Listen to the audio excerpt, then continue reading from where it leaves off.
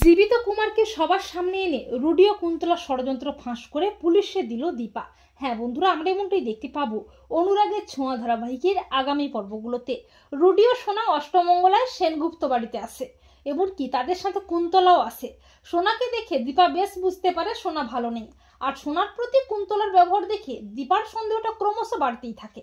আর দীপা ও রূপা plan করে আগের থেকেই সোনার ঘরে গোপন ক্যামেরা লাগিয়ে দেয়।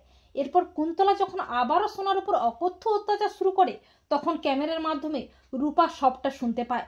রূপা তক্ষুনি তার মাকে সবটা জানায়। এরপর সূর্যও বুঝতে পারে সোনা ভালো নেই। সূর্য সোনার কাছে জানতে চায় সে ভালো আছে কিনা। সোনা তার বাবাকে সবটা বলে দেয় ঠিকই, কিন্তু সবটাই সোনার কল্পনা মাত্র। কুন্তলার ভয়ে সোনা সবকিছু বলতে চেয়েও বলতে পারে না। আর দীপা চালাকি করে পুলিশকে সবটা জানিয়ে রাখে। এরপর দীপা বলে, আমাকে জানতেই হবে ওই বদ্ধ ঘরে কোন গুরুদেব আছেন যে কিনা আমিষ খাবার খান।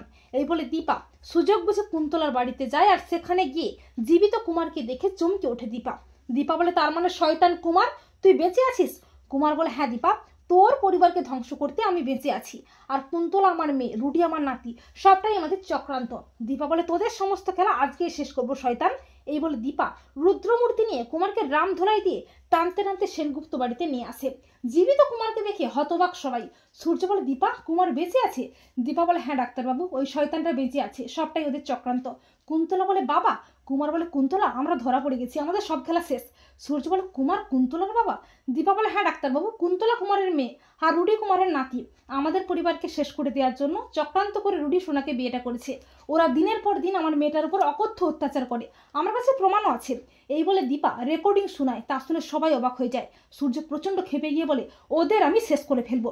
এই বলে সূর্য রুডির ঘাড় চেপে ধরে, আর দীপা কুমারকেও কুন্তলাকে আচ্ছা করে শাস্তা করে। এরপর দীপার প্ল্যান মতো পুলিশ এসে কুন্তলা, রুডি ও কুমারকে অ্যারেস্ট করে টানতে টানতে থানায় নিয়ে যায়। তো বন্ধুরা, তোমরা এটাই চাও তো যে জীবিত কুমারকে সবার সামনে এনে রুডি ও কুন্তলা ষড়যন্ত্র ফাঁস করে পুলিশে দেয় যেন দীপা? কমেন্ট করে জানাতে ভুলো না যেন তোমাদের মতামতটি।